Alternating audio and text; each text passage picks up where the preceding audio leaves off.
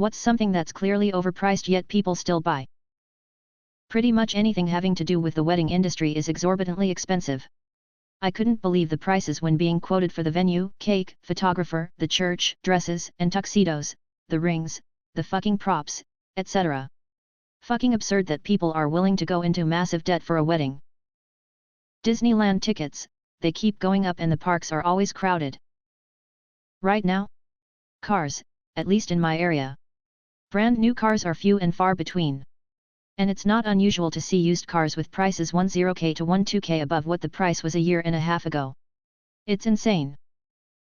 K-cups. The difference in price /100 grams between them and a regular bag of pre-ground coffee is absolutely insane. Beer at sports games. Real estate. Everything to do with real estate. Branded medicines. 30% 90% more than generic medicines. Printer ink. Every single piece of real estate right now. Adobe Creative Cloud though rather that buying it's a bullshit subscription. But they got a monopoly on programs that I have to eat that 600-year contract. Wedding anything. Call it anything but a wedding and suddenly the venue, the food, the everything is like half off the wedding price. It's insane. Just buy white stuff and skip wedding stores too, it's all insanely marked up. Also do your bridesmaids a favor maybe and schedule the wedding after prom season and woo cheap as hell bridesmaid gowns everywhere, also ridiculous at bridal store. Ugh. Being alive, right now. DoorDash. The prices are more expensive on the app, then once you add a service fee, taxes, and a tip it ends up being $10 to $20 more than if you had just gone in person. Then by the time it gets to you it's cold and the order is almost always wrong anyways. Popcorn at the movies. Anything at Disneyland, or other themes parks. What is the most infuriating case of double standards you've come across? I can't believe you waste your time playing video games. Proceeds to binge 8 hours of Netflix. When I worked for a supermarket in the UK that rhymes with Baitrose, I bleached my hair. I'm a man. They ordered me to cut it all off then changed my shift to be an outdoor trolley collector. And I had to wear a hat. The person who told me to do this had bleached blonde hair. They were not a man. My daughter and I have some things that have become tradition. We always go to Starbucks before school on Fridays, we like to go eat sushi for lunch on Tuesdays when she gets out of school early and we usually go just the two of us. I get all kinds of dirty looks, because people assume that a 45-year-old guy who's out with a beautiful young woman, 16 going on 25, is some sort of lecherous monster. It sucks, but I've been learning to brush it off. In work, if I am 5 minutes late they will certainly let me know about it. But if I stay behind 15 minutes later than my finish, not even a mention.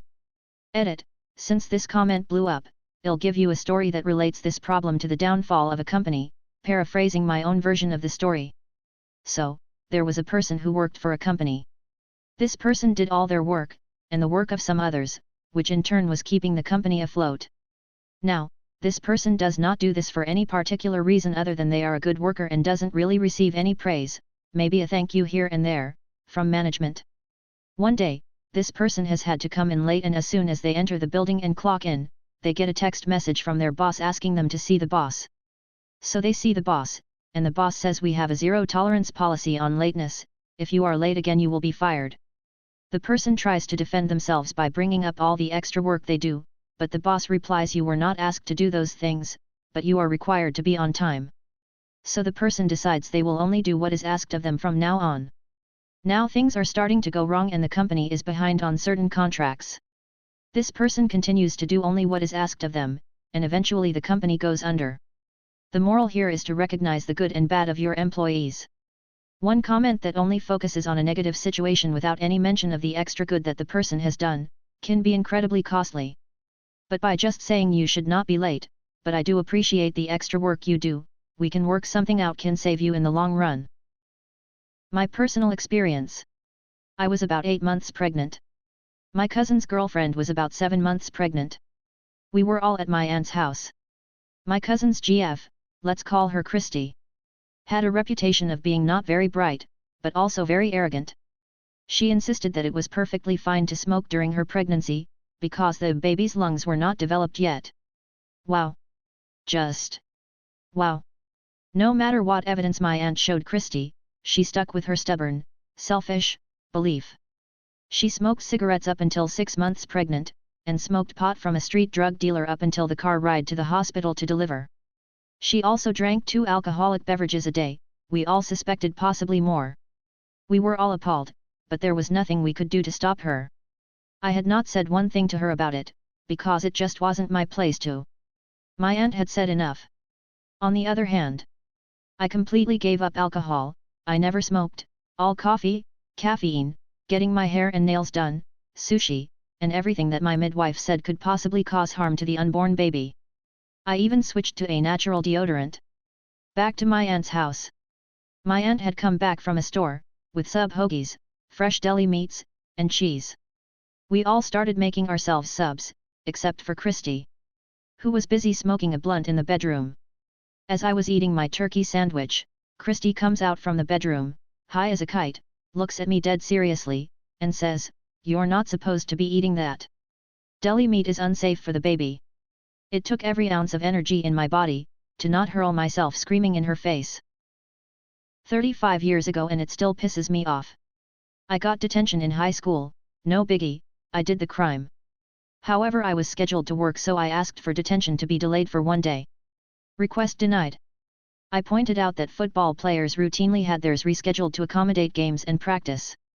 Only answer I got was "That's different." Edit. Wow, this blew up. I've always wanted to say that. Haha, thank you all for the support, and thanks for the rewards, kind strangers. When I was about 16, my dad, a Baptist missionary pastor, once preached a 2-hour sermon on the perils of pornography and how absolutely evil it was. Gotta save yourself for marriage, etc. He had also beaten the shit out of me for catching me with porn a couple months prior. That same night when we got home from church, he asked me to bring him his phone that had left in the car. I opened it to find months of daily porn watching in his internet history. LMAO. One of the regional managers goes to state prison for over a year for DWI. If you know anything about Texas DWI laws, that means he got caught multiple times. Comes out of prison, immediately transferred to corporate and made a director. Brand new employee is rear-ended in stop/go traffic on the highway. No injuries, but forced to take a drug test. Fails for weed, immediately fired. If there's any issue big or small at daycare or school, they call the mom first. When I was a school nurse, I was always alone with whatever children needed assistance, even after I would ask for help. New male school nurse started, all of a sudden 3 other people are available just to watch him. I felt terrible for the guy, but literally no one trusted him with the diabetic kid or the kid with the trach alone. Oh, he can't be alone. But me, a woman, was never questioned. Double standards abound. Couldn't get my tubes tied without my husband's consent. Meanwhile, he had a vasectomy without even my knowledge. Most male bathrooms don't have baby changing stations. It's considered kind and noble to put down a pet that is old and suffering, even if you can't really tell how they are feeling or coping. But if someone is suffering majorly and in pain and at the end of their life and is fully communicating, they still can't give you permission to go forward with euthanasia. My high school English teacher would hear something even remotely phone-like and explode. Whose phone is that? If no one answered right away, Ahe would pace the desks, and if anyone acted suspicious, she would have them empty their pockets, bags, etc. on the desk. If there was a phone, she confiscated it. If there were any unread notifications, she would read them aloud. But, every now and again, she would do her whole explosion, then glance down and giggle and say, "Oh, it's my phone," and then text away. Also, she was a terrible English teacher. For purposes of this story, I have 2 little brothers. They do not share mothers. We were eating breakfast with the mother of one of them. The other one is a picky eater. He has issues with texture, but he never complains, just powers through as best he can. She got up to get coffee, and they traded plates. Her bio son had almost cleaned his, and her stepson had eaten about half, before the trade. Then they both got up and took their plates to her like they'd finished, and she accepted them both as done. You see, when her bio son says he's full, she believes him. When her stepson says he's full, she doesn't. So they made it look like the step had eaten more because they knew the bio's plate would be accepted in any condition. I never told them that. I know they did this, and probably have for a while, but I love that they figured a way around her double standards. What is something common that has never happened to you? I've never been mugged. I'm from Medellin. I completely missed the entire lockdown. 2020 was a normal year for me. I never stopped working at my job in a warehouse and I lived alone. I only have time to go out to the store anyways, so I feel like I almost missed out on something. Never had a really solid group of friends. Edit, thank you for the rewards and my highest upvoted comment ever. I guess a lot of Redditors can relate to my loneliness. I have never won anything. Like a contest, raffles, drawings, races, etc. You'd think by now something would have happened. In my country, being robbed. It's really sad to realize that this is the first answer that came to my mind when I read the question. I live in Brazil BTW. Stung by a bee. Never got food poisoning, but I just know I'm gonna get it soon. I never had my wisdom teeth, third molars, removed. All 4 came in, fit well, doing fine. Whenever I see a new dentist, they're always surprised. I also never had braces. These may be related. Jury duty. Nosebleed. Chickenpox. Never had a wet dream. Thought I was weird for the longest time because health classes always said it was supposed to happen. Turns out, it's just as common for it to not occur.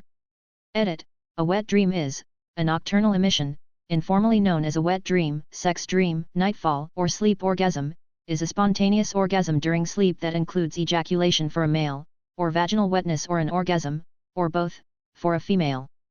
Is not male exclusive, it's not just a sexy dream you had, and it can happen without you remembering any of your dreams.